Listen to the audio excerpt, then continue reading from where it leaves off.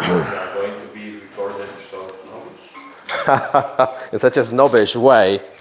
Yeah, it's a matter of temperature. It's a matter of temperature. I'm sorry, but it's the best choice, regardless of the style. Okay, participle clauses, grammatical explanation. Let me do it here as fast as I can. I have everything I need with me. Okay, participle clauses. Let's talk about participle clauses.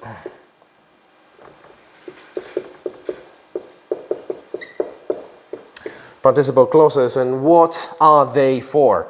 The function of the participle clauses is to give more information about the subject of the main clause.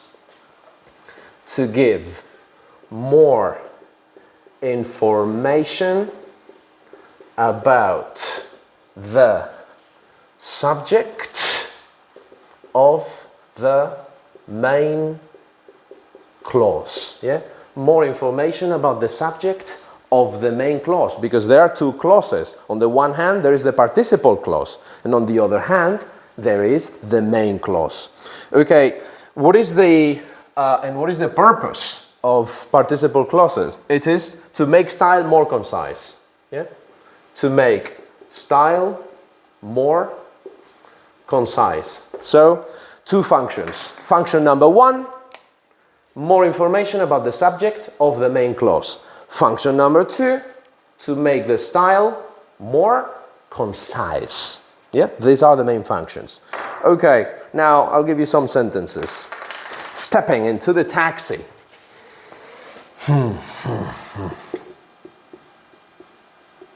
Stepping into the taxi. Stepping into the taxi.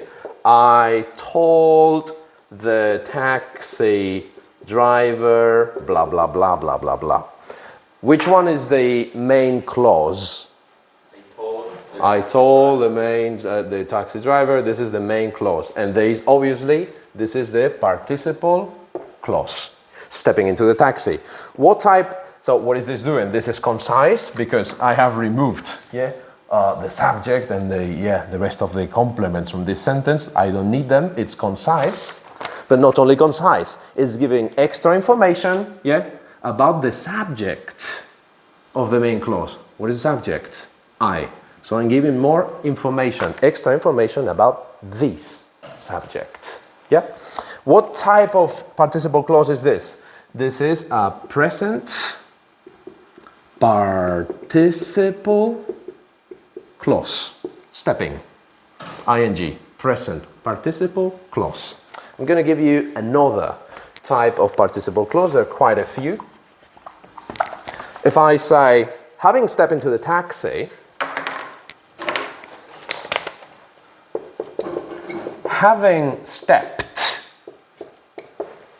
into the taxi,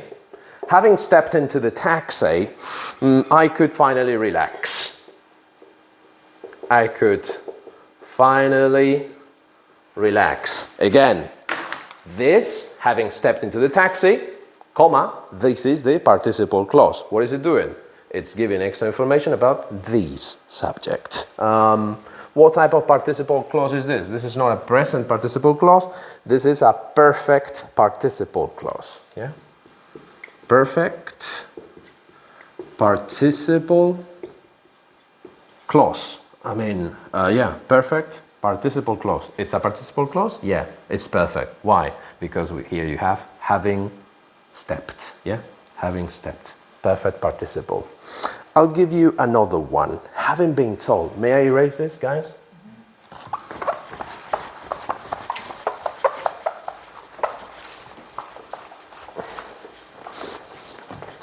Another example would be having been told where to go. Having been told where to go, comma, the driver took me there. Yeah? The driver took me. The driver took me. Having been told where to go, the driver took me. Now, what type of participle clause is this. This is the participle clause, again, giving extra information about the subject of the main clause. In this case, the driver, yeah? Extra information about the driver. This is a perfect participle clause, yeah? Perfect participle clause. Yeah, like the one before, yeah? That's present perfect. Present perfect participle clause, thank you, yeah?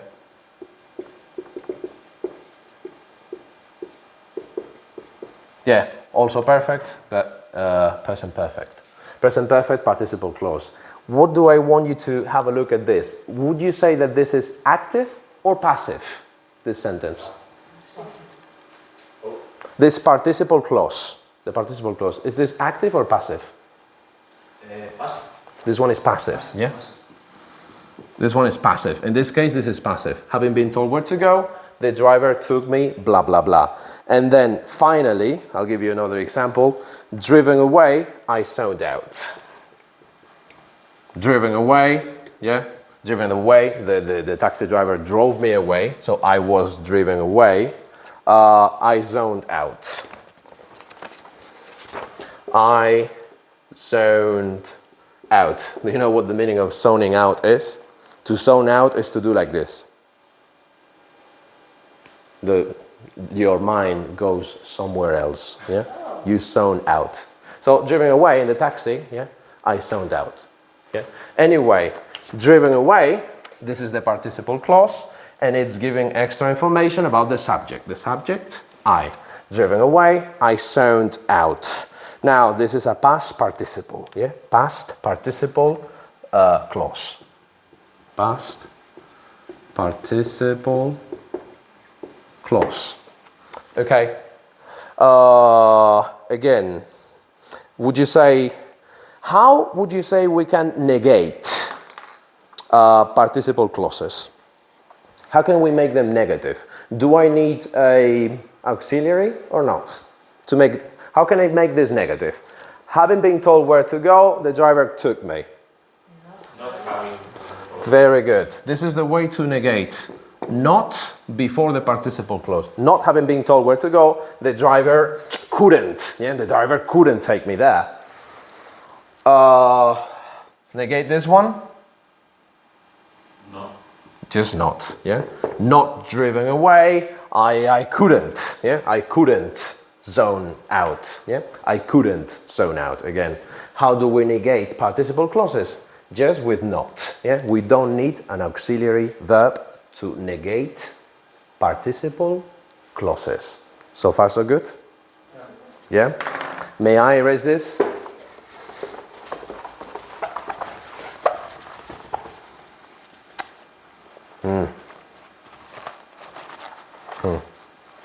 Sorry, I'm going to take a new piece of paper from there. I noticed that the eraser was not working very well, so it should be better now.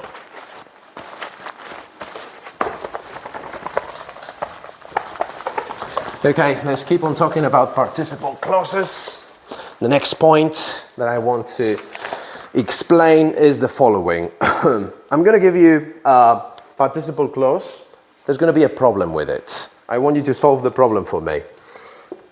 Having stepped into the taxi,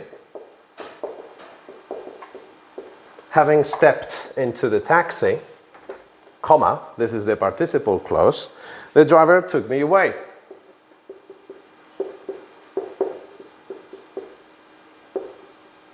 The driver took me away. There is a problem with this sentence. What is it? What is the participle clause? Having stepped into the taxi, this is the participle clause, and this is the main clause. Yeah? This sentence is wrong. The whole sentence, there's a problem with it. Maybe having step is not referring to the subject.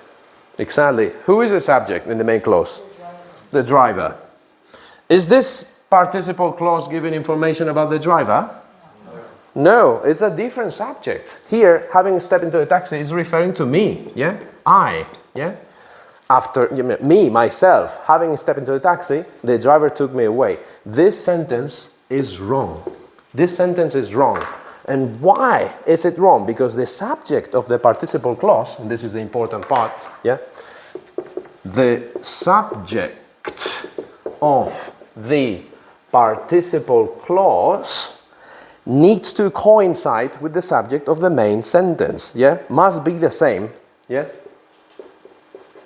Must be the same as the subject in the main clause, yeah? As the one in the main clause. So this is an example of a sentence which is wrong, bearing a participle clause. Here, we're giving extra information about the subject, but the subject has to be the same here and here. How can I make it right? Having stepped into the taxi, the driver took me away. No. I don't know, I made a phone call or whatever, yeah? I made a phone call. Now it's okay, yeah? I made a phone call because this is me, this is I, and this is me, this is I. The subject needs to be the same in both clauses. Main clause and participle clause. May I? Can I ask you a question? Absolutely. Okay, I agree that this is not a participle clause, yeah? But can we express this idea? Having stepped into the taxi, the driver speed off. Maybe it's not a participle clause, okay? But can we express this idea? Yes, we can.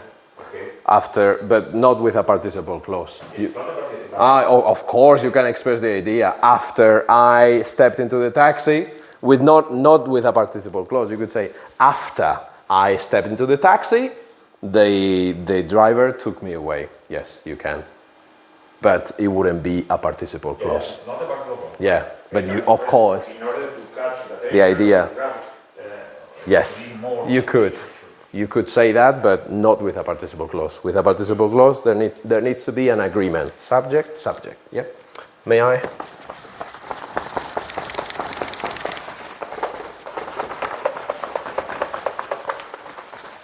Okay. Next point. The next point, page 2. Uses of participle clauses. There are quite a few uses. Yeah. Uses of participle clauses. Uses. The first use is time. Time. All right. Traveling in the cab, I heard the news. If I say in English, traveling in the cab,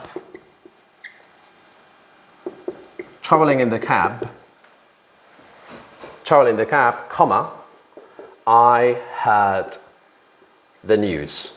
Traveling in the cab, I heard the news. In this example, there are two actions. Action from the participle clause, traveling in the cab. Action in the main clause, I heard the news. I would say, would you say that there is a big difference in time between two actions, or both of them happen approximately at the same time? Approximately at the same time. So one of the uses concerning time is to refer to two actions happening at the same time. Yeah? Two actions happening roughly at the same time. Yeah? Two actions happening roughly at the same time. By the way, is it possible to change the order? Because in all of these examples that I'm giving you, the participle clause is at the beginning, then a comma, and then the main clause. But would it be possible to change the order? Would it be possible to say, I heard the news traveling in the cab? Yes, it is possible. Normally, the participle clause comes at the beginning, but it is possible, yeah, to change the order. Yeah, I heard the news traveling in the cab. Yeah, it's also possible to change the order. Without the comma. Without the comma. I heard the news traveling in the cab. Without the comma. May I? Okay, another use concerning time, let me give you another example, would be the following. Picking up my stuff, I left the office. Picking up my stuff. Stuff. Picking up my stuff, comma, I left the office. Would you say that these actions are happening at the same time or close together in time, one after the other? Yeah. Yeah, two actions. Yeah, two actions. I would say close together in time. Yeah, two actions. Two actions close together in time.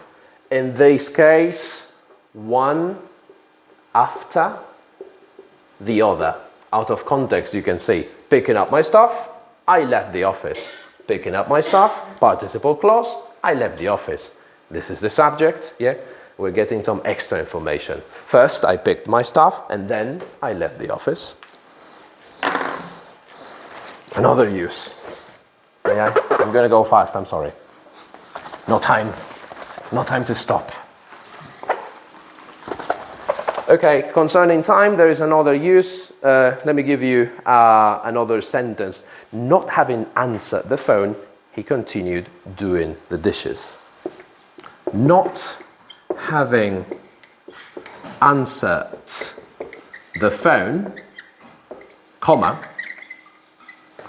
he continued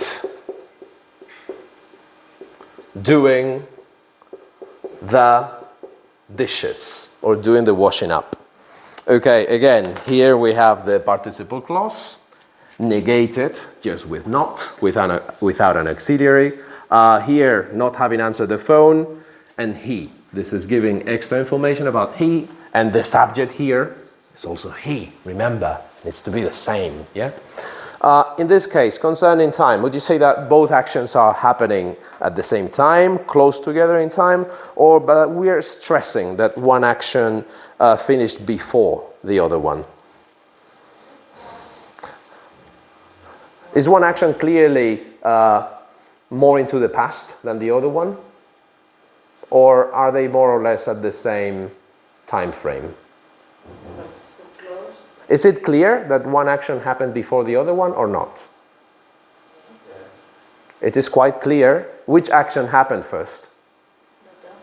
Not having answered the phone, he continued doing the dishes. So maybe they are quite apart in time, maybe they are closer in time, but whether they are far apart or rather close together, it is clear that one action happened before the other one. We're stressing, the use here is to stress that one action was finished before another one. To stress that one action finished before another one. Yeah, to stress that one action finished before another one. In this case, this action finished before this one, right? He didn't hear, so he continued doing the dishes. So this is time, yeah? Time, when they are at the same time, close together, or stressing that one action finished before the other one. So far, so good? Let's go on. We have talked about the time. Now, let's talk about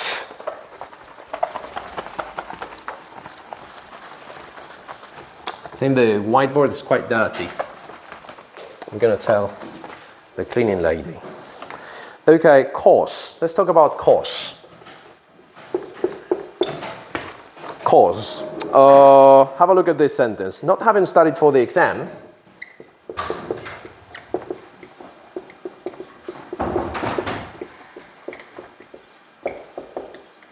Not having studied for the exam, she was likely to fail. She was likely to fail. Not having studied for the exam, she was likely to fail. What are we doing here? There is cause and effect, right? Not having studied for the exam, she was likely to fail. Here we're describing the reason for the event in the main clause. Yeah? Describing the reason for the event in the main clause. Yeah? So this participle clause is describing the reason why, yeah? The reason why this event happened. So far so good? Okay, that is cause, yeah? Cause. Just one use for cause. May I?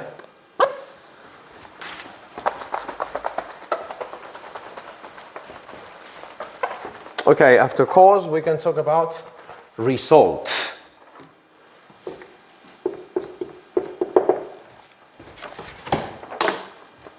Result. The riots spread over the city. The riots spread over the city. Yeah. Thus, causing a lot of damage. Causing a lot of damage. You can also use, instead of thus, thereby. Thereby, causing a lot of damage. Where is the participle clause here? Which one is the participle clause here? The second one. In this case, the participle clause is in the second position. Yeah? Participle clause in the second position. So this is referring to result. This is a present participle clause. Yeah? Present participle clause. This is a present participle clause, and it's referring to explain the result of an action or situation in the main clause. Yeah? To explain the result of an action or situation in the main clause. So this is the participle clause. It's expressing result. It's explaining the result of an action in the main clause. So this is the main clause. What is the result of the main clause? This is the result. And it's normally preceded by the words thus or thereby. Participle clause in the second position. So far so good? May I erase this?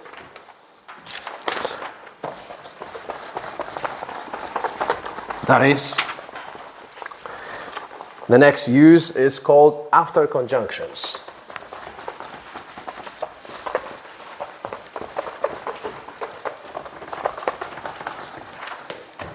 After conjunctions.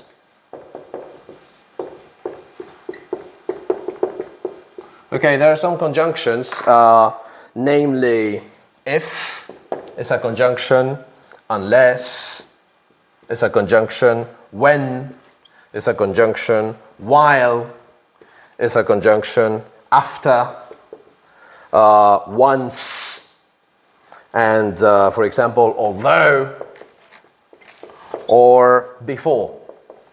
These are all conjunctions, yeah? Conjunctions.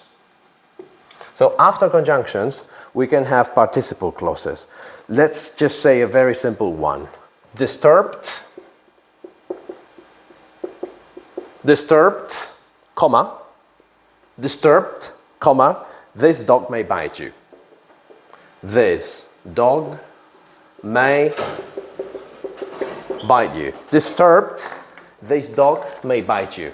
Again, this is the participle clause. Yeah? Disturbed, this dog may bite you. Disturbed. It can be preceded by conjunctions. In this case, we cannot use all of the conjunctions in this case, but which ones work? Which conjunctions work with this participle clause? Out of this list. If disturbed, this dog may bite you. So conjunctions, yeah, can precede a participle clause. And the disturbed, no. When disturbed, this dog may bite you. That one works. After disturbed, yeah. While disturbed, yeah. These two, I would say, also work. Once disturbed, this dog may bite you, yeah. Although before, no. But Conjunctions, in this case, these ones, in other cases, also these ones, yeah? Conjunctions can precede a participle clause, yeah? Conjunctions can precede a participle clause. Yep. Conjunctions.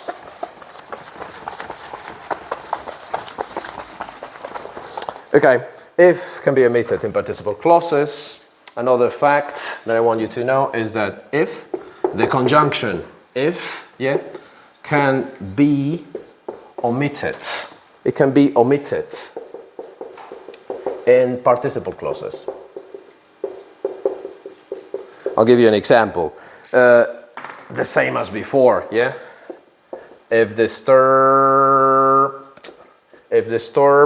yeah, this dog might bite you. Again, it's possible to remove this, yeah? Disturbed, this dog might bite you. So if can be removed. Another example, if given the chance, I would love to travel to the USA, yeah? If given the chance, comma, I would love to travel to the USA. Again, this if can be omitted. And then we just have the participle clause without if, which becomes optional, yeah, in participle clauses. Can we continue?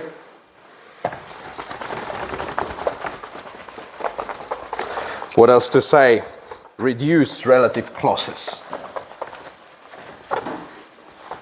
Reduce relative clauses. Reduced relative clauses. I'm going to give you a relative clause here. The woman who was sitting next to me. The woman who was sitting next to me. The woman who was sitting next to me had never done it before, blah, blah, blah, blah, blah, blah. Then, the woman who was sitting next to me had never done it before. This is a relative clause, yeah? Who was sitting next to me, that is a relative clause. How can we reduce the relative clause? Who was, we can eliminate. Very good. The woman sitting next to me had never done it before. So it's possible to reduce relative clauses, yeah, by means of participle, yeah, just having the participle clause sitting next to me. I'll give you another example. Is this an active or a passive sentence?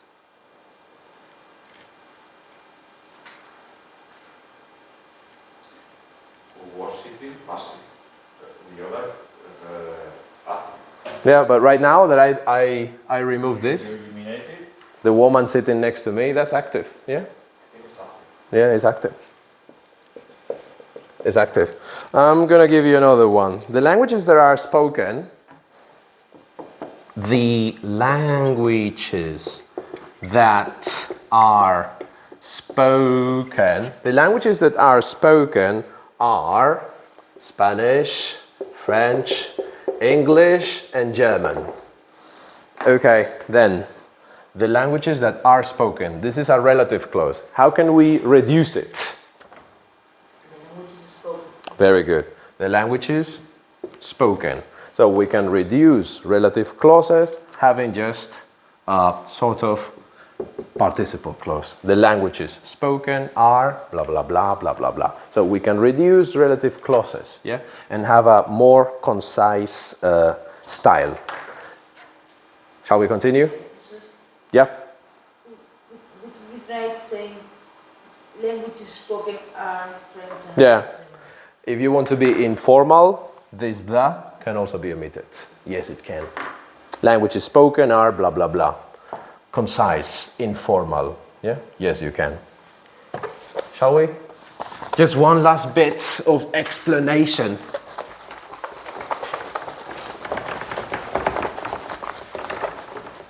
See you. One last bit. Okay, I love to feel the air stroking my skin. I love to feel the air stroking my skin. Another sentence. I heard the birds. I heard the birds. I heard the birds chirping in the distance. Chirping. Chirping is the little noise, yeah? The little sound that the birds make. Chirping. Chirping, chirping, chirping. I heard the birds chirping in the distance. Okay, so what kind of verbs do we have here? I love to feel the air. I heard the birds. What type of verbs are these? These are verbs related to senses, yeah? After verbs of the senses,